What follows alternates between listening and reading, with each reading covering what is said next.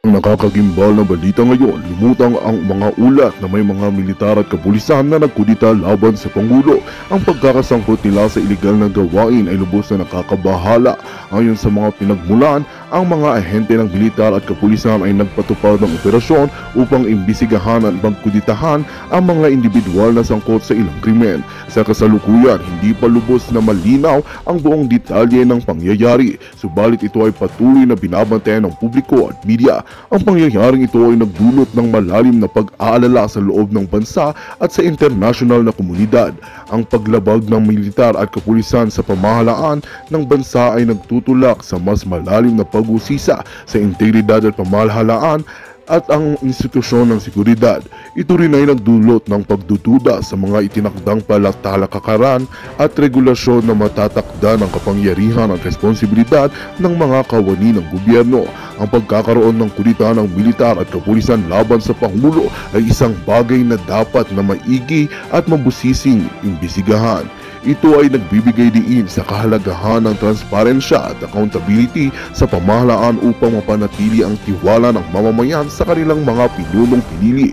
Sa kasalukuyan, ang publiko ay nananatiling nakikibahagi at umaasa sa patas at makatarungan na paglutas sa kasong ito. Well, ito nga ang balitang ating pagkakatutukan, ngunit bago ang lahat, siguraduhin mag-subscribe at i-hit ang notification bell para sa patuloy na pagtutok sa masulyap ng bagong balita sa tunay na boses ng masa.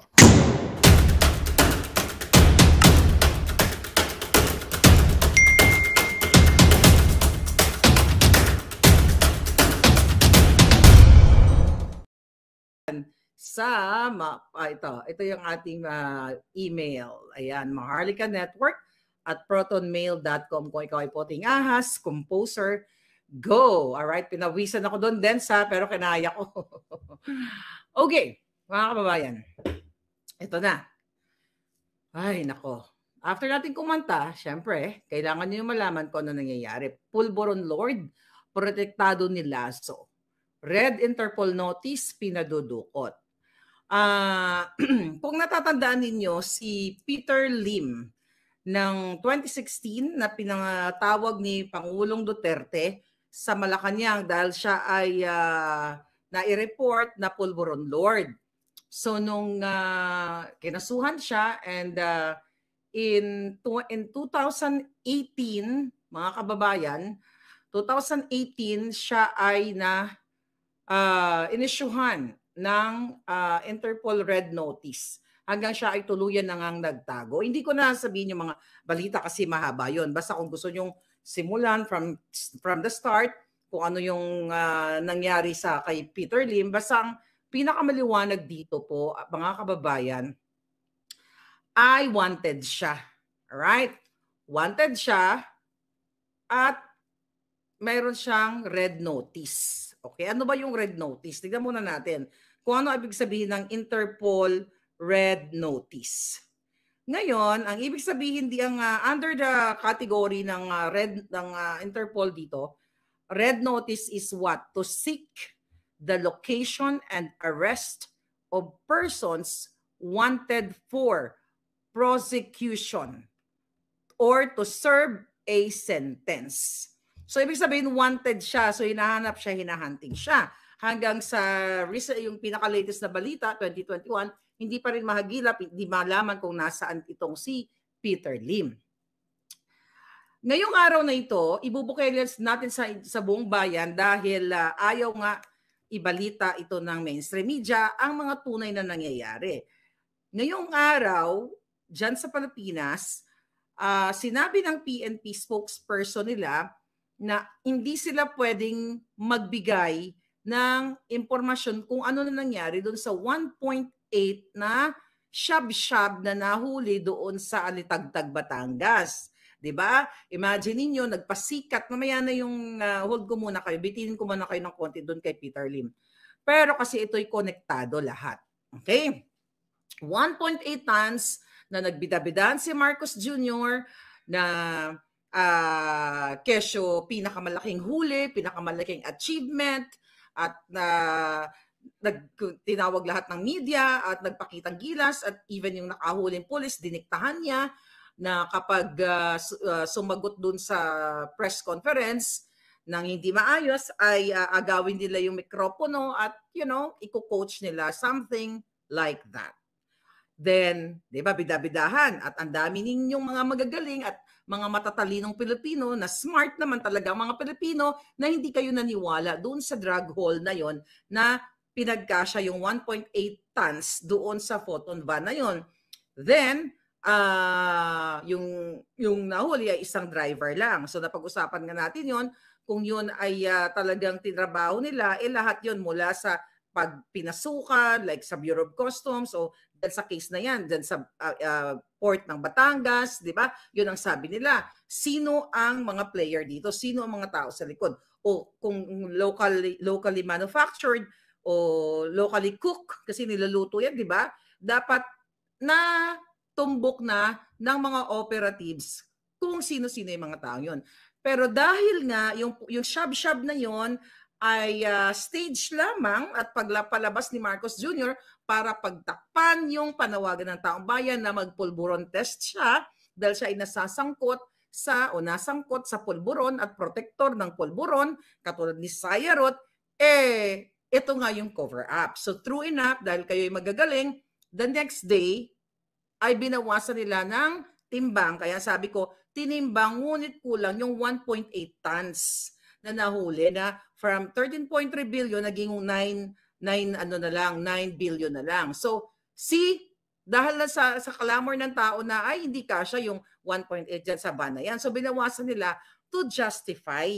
Okay? To justify na 1.4 kasya sa van. So, ngayon, hindi na tayo binigyan ng update kung ano na nangyari dun sa driver na Filipino-American at well connected sa mga artista, sa mga politiko. So ayaw tayo bigyan ng impormasyon kasi daw ay iniimbestigahan, So dinedeprive ang taong bayan sa mga impormasyon na dapat ninyong malaman.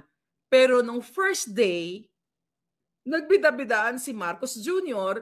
na siya ay ang gobyerno niya ay ang Polboronic government ay nakahuli ng malaking 1.8 tons minus 400 kilograms down to 1.4.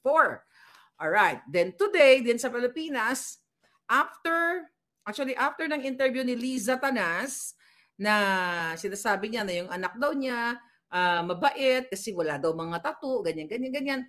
So nag-release ng order ang PNP, ang bangag na gobyernong ito, na ipabura yung mga tattoo ng ating mga kapulisan, yung existing na tattoo nila na nakikita daw ipabura. Anong kabobohan yan? 'Di ba? Utos na naman ni Lisa yan. Pag wala ka bang tattoo, matino ka, jutang din na si Lisa at si Marcos Jr. walang tattoo. Pero mga bangag at protektor ng droga, smuggler pa si Lisa. Lahat sila dyan na magkakasabwat doon sa extraction sa Turkey. Hindi nasusukat ang pagkatao sa may tattoo ka o wala. Dahil kayo, wala kayong tattoo. Yung mga anak mo, Lisa Tanas, walang tattoo pero mga bangag katulad mo. Kaya sabi ko, buong pamilya nyo dapat magpa-pulburon test dahil kayo ang national problem. Kung yan ang basihan na kapag may tattoo ang isang tao ay masamang tao, di ba? Winelcome mo pa Marcos Jr. si Apo Wang Ud, ang ating pinakamatandang mananato diyan sa Pilipinas na kung saan inonor pa siya. Dahil yung tattoo niya is due to cultural, cultural practice. I mean, kultura ng kanya mga ninuno na minana niya. Hindi naman lahat ng may tattoo is kawatan, katulad niyo. Wala nga kayong tattoo Kawatan, pulburon, kidnapper, mga jutang dinamis itong mga hayop na ito. Diba? Imagine mo, tama pa lang, magbabayad pa, magpapa-erase pa. Kita ninyo kung gaano ka jejemon. Kayo mga kapulisan, actually naaawa ako sa inyo. Siyempre yung iba, may kanya-kanya tayo hindi naman lahat. Like ako, well, dati ayoko magpatato. Pero ako, I'm thinking talaga na magpatato ako ng bonggang-bongga. So kaya lang masakit. Kaya, you know what I mean? Masakit, di ba? Kasi yung friend ko, katatato niya lang, nasaktan siya sa pinag-iisipan ko. Pero ang ibig kong sabihin dito mga palangga, yung pahirap na ginagawa ni Liza, order niya to. Imagine yung mga sir, 3 weeks ago, pinagbawalan kayong gumamit ng cellphone at huwag manood ng Facebook ni Boljak. Huwag manood ng Facebook ni Maharlika at ng iba pang mga fighters for freedom. Fighters para sa pulburonik na amo ninyong vangag. 3 weeks ago. Okay? Now, pabura ang mga tato ninyo. Ano ba naman kayo? Susunod kayo dito sa mga sabog na ito, mga bangag-bangag na ito. Ilang kapulisan ang meron tayo, mga palangga? I have dragon tattoo, Mother Dragon, sabi ni Lady Dragon. Uy, Cotton Fin, kumusta ka na? Ram, Rebecca, Ugat, aba, mga palangga ko, mga present. Si Zoro, absent baka laging absent yun. Casey, how are you? Okay? Ayan. So anyway, mga kababayan, eto. So yan yung mga issue ngayon na ayaw nilang magbigay ng information doon sa 1.8 na shab-shab down to 1.4. Kesyo daw, sabi nito kanilang spokesperson ng PNP ay under strict instruction not to give details. See that? After nilang magbidabidahan at nalaman ng taong bayan na hat-uman, ano na sa ilong, sa ano ba sa Tagalog? Na sense o nakilaman, okay, na itong kanilang drug hole na ito, pulburon hole na ito, ay stage lamang. Kumbaga, epic fail. Kaya ngayon, ayaw nila na lang magbigay ng detalye kasi daw mako-compromise dahil binibuild up pa lang yung case. E di ba naman mga bugo, hindi na bugo, bangag, bobo, tanan-tanan, lahat na lang. Matapos sa bida-bidahan ni Marcos Jr., eksena pa doon, may patimbang-timbang. Tinimbang ngunit kulang. Binawasan. Sabi ko nga, sininghot mo. Gusto niyo ba kumanta na naman akong We Will Rock Well? Tsaka na lang. Baka mamaya sa ending. Okay. Ngayon, yan ang drama nila. Ngayon palang imbestigahan ang port ng Batangas, ganyan-ganyan, mga eksenang ganap.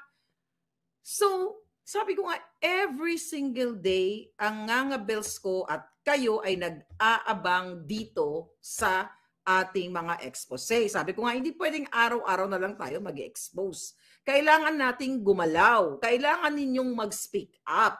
Even yung mga uniform personnel na imagine nyo, pabuburahin yung mga tattoo nyo. Oh, tapos ang sinasabi nila, kasi daw kailangan nyo sumunod sa organization, only sa pulburonic administration. Ilan na ba ang administrasyong dumaan? Wala namang ganitong order na ipabura yung mga bato. Yung mukha kaya ni Lisa ang paburan nyo. Yung corduroy niyang Feslock. Oh, yung Feslock ni Kuting. Diba? Ipaburan nyo sa, paburan nyo sa landas ninyo. You know what I mean? So, remember, okay? Lahat dinidiktahan kayo. Diktador. Sabi ko nga, authoritarian rule ang ginagawa sa inyo. Na even ng mga Facebook page nyo, Facebook account nyo, kailangan palitan ng bagoong Pilipinas na logo o dapat mag-like kayo doon sa kanilang mga Facebook account ng gobyerno. Ito'y harap-harapang pangbababoy o panggagagot sa inyong lahat mga palangga. Ngayon, by the way, update tayo kasi highlight natin sobrang bongga yung tungkol dito sa Interpol. So gusto ko sabihin sa inyo na sumulat na rin sa, di ba nanawagan tayo kahapon, na sumulat na itong agent na ito dito sa Blue Ribbon Committee at doon nga sa Committee on Public Order na pinamumunuan o under the chairmanship of Bato de la Rosa, and doon sa Blue Ribbon ay si Pia Cayetano. So April 24 may nag-send sa akin mga kababayan na nagpadala, okay? Na nagpadala itong what do you call it? Sino to? Nagpadala ang okay. Ito pala yung anti-drugs advocate laban ng pamilyang Pilipino. Ito'y NGO. April 24 sila itong NGO na to ay nagpadala ng sulat ng request kay Pia Cayetano at kay Bato tungkol dito sa pulburon. Basahin ko dito. Okay, ang sabi, tungkol sa ating yung PIDEA leaks nga. Kaya kasama siya sa lyrics kanina sa We Will Rock Well. Alright? Sabi dito, your honors, okay? Greetings. Ito muna, unahin ko. Dear, ito, from the start, okay? Anti-drugs advocate laban ng pamilyang Pilipino, Honorable Pia S. Cayetano, Chairman, Committee on Accountability of Public Officers and Investigations, Blue Ribbon Committee, Senate of the Philippines, okay, dated April 24, and also to Honorable Ronald Bato de la Rosa, Chairman, Committee on Public Order and Dangerous Drugs, Senate of the Philippines. Dear Honorable Senators, greetings, Your Honors. This has reference to the so-called PIDEA leaks concerning the documents presented by a certain Maharlika, a political blogger and social media influencer.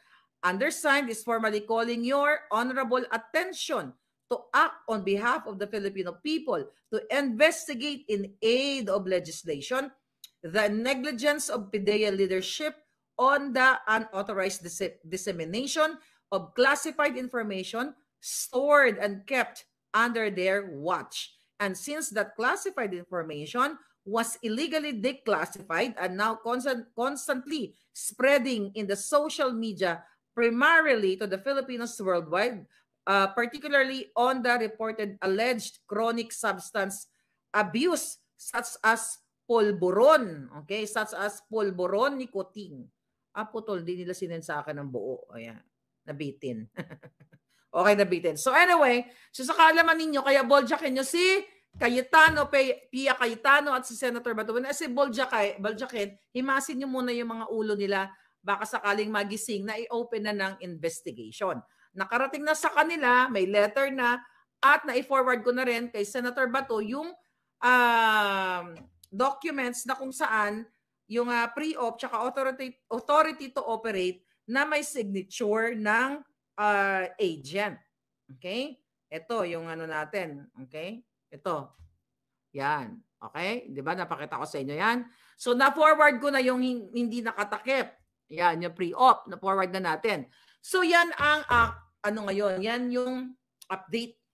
So, nandyan na kay Senator Bato, nandyan natin kay Senator Pia Cayetano. So, ano pang inaantay nila? Unless na sila ay pag hindi nila inopen ang investigation na ito, ay sasabihin natin o mararamdaman natin na sila ay nahipo na ni Lisa o na backdoor na o nabayaran na kung hindi nila itutuloy ang investigation. Kasi that's their job. Yan ang duty nila para sa taong bayan, di ba? Accountability, transparency ng isang taong gobyerno katulad ni Marcos Jr. na bangag na ayaw niyang magpa-test. Okay? So yan ang update ngayon. Pero ngayong moment na ito, mga kababayan, manggigigil na naman kayo. Alright? Balikan natin si Peter Lim. Si Peter Lim po ay tumakas. Naka-red notice. Alright? Dahil siya ay wanted dahil sa kanyang kasong pulburon sa Pilipinas. Lingid sa kaalaman ng media. Okay? Na mga bayaran o alam nila pero mga duwag, walang itlog, walang bayag. Si Marcos Jr., si Lisa Tanas, ay binasbasan si Lazo para i-lift ang red notice sa Interpol, okay? Interpol, International Criminal Police Organization. Okay?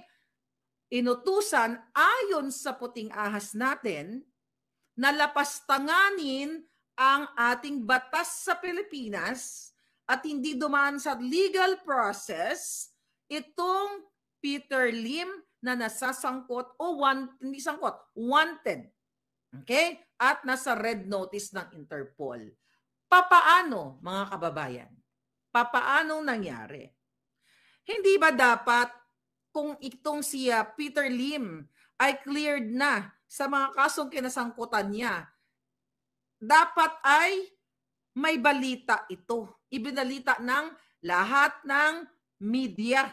Dahil naibalita naman nung siya ay pinatawag ni Duterte at siya yung kinasuhan siya at nung hindi na nga siya tumakas siya, nandyan lahat sa sa publication ng mga top media, not personalities, media companies sa atin sa Pilipinas. So ano nangyari? Okay, supposedly dapat kung meron yung kaso niya ay na-dismiss. Ngayong moment na to, kasi ang letter dito na hawak ko from Pedrea, Lasso, ito mga palangga. Okay? Ayan, mamaya babasahin ko yan sa inyo. Permado ni Lasso yan. Okay, kita mo yan? Lasso? Sabi ko sa iyo ang mga puting asko, minsan lamok sila. Kaya hindi mo nakikita. Okay, balikan muna natin yung proseso na kung si Peter Lim, okay, na wanted, may red notice, kung siya ay na-clear sa kanyang kaso na siya ay involved sa Pulboronic, dapat yan ang korte at ang counsel, yung kanilang mga counsel niya, yung mga abogado niya, ang mag-request o yung court na magsasabi na, let's say ikaw, huwag na lang tayo maglimbawa, siya na lang kasi baka iba pa yung dating. Okay? Itong si Lim, na ano na siya, cleared na siya sa kanyang mga kaso na napatunayan sa hukuman, na siya ay napagbintangan lamang, zero case pala, ibang personality pala yun, ibang Lim pala yun, di ba? So, ang korte, at ito'y common knowledge lang natin dahil di naman tayo mga abogado, di ba? You correct me if I'm wrong. Timberland, mag-comment kayo dyan kasi may mga abogado naman na nakakinig sa atin.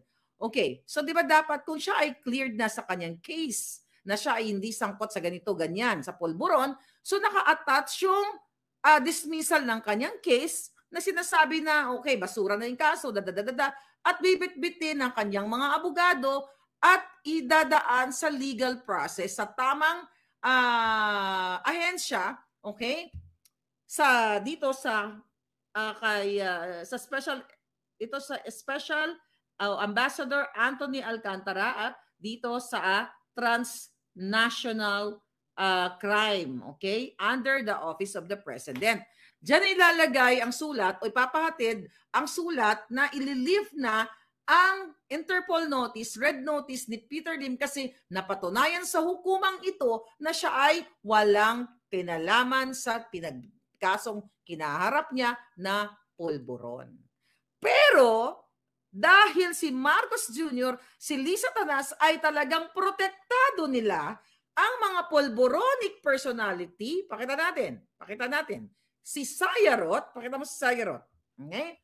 Okay, i-connect natin ang ating balita. So dahil talagang protektado ni Marcos Jr., ni Tambalusos, ni Lisa, si Mark Anthony Sayarot na non-bailable case pero nakalaya at may pa security pa, nakalaya po yan. Malayang nag-enjoy ng kanyang buhay dahil kaibigan at kapartner ni Marcos Jr., ni Lisa, ni Tambalusos. So dito sa case ni Peter Lim, napag-alaman natin na BFF din pala ito ni Marcos Jr. nang hindi ninyo alam. Ayon sa ating source, ito po ay utos ng Malacanang na huwag dumaan sa legal process ang pag-lift ng red notice ni Peter Lim. Bakit? Ito ang ebidensya, mga kababayan. Here's the evidence. Okay? Pakita ko muna sa inyo, ha? Okay, yan. Okay? Pakita nyo yan. Alright? O, yan ang perma ni Lazo. Okay, babasahan ko sa inyo yan. Ang sabi dito, alright, Philippine Drug Enforcement Agency, April, okay, dated April 19, 2024. Okay? Ngayon, sabi dito, ang sulat ni Lazo ay papunta kay Anthony J. Alcantara na si Marcos Jr. din ang nag-appoint nito. Siya ay Special Envoy on Transnational Crime. Okay? Okay. Then, Philippine Center on Transnational Crime, PCTC, Camp Crame, Quezon City. Ano ang subject? Ito, lifting of Interpol red notice of Peter Go Lim. Dear Ambassador Alcantara, greetings, sabi dito ni Lazo. It is in relation to the letter dated April 15, 2024 from Attorney Ivan Kevin Lin, okay? Kevin, okay, addressed to your good office, writing on behalf of Mr. Peter Golim requesting for the lifting of his client Interpol Red Notice to the Philippine Center on Transnational Crime. Verifications from the records in the custody of these agencies shows that the court granted the motion to withdraw information on charges filed against Mr. Peter Golim for violation of Section 26 in relation of Section 5, Article 2 of RA number 9165, okay, on October 19, 2023, and presently, Mr. Peter Golim has no other record of drug case filed. Further, the warrant of arrest issued against him dated August 14, 2018 was likewise ordered lifted. Okay? So pinapatanggal ni Kuting sa pamamagitan ni Lazo ang si Kuting at saka si Lisa Tanas na i-lift itong warrant of arrest ni Lim. Accordingly, the agency poses no objection on the possible grant of lifting of the Interpol Red Notice in favor of Mr. Lim, provided that he complied with other requirements set forth by your good office. Rest assured of our cooperation on matters of public interest. Truly yours, lovingly yours, di ba? Moro Virgilio M. Lasso. Ayon sa ating puting asa mga PIDEA, hindi daw po ganito ang proseso ng pag-lift ng red notice o ng warrant of arrest. Hindi dapat si Lazo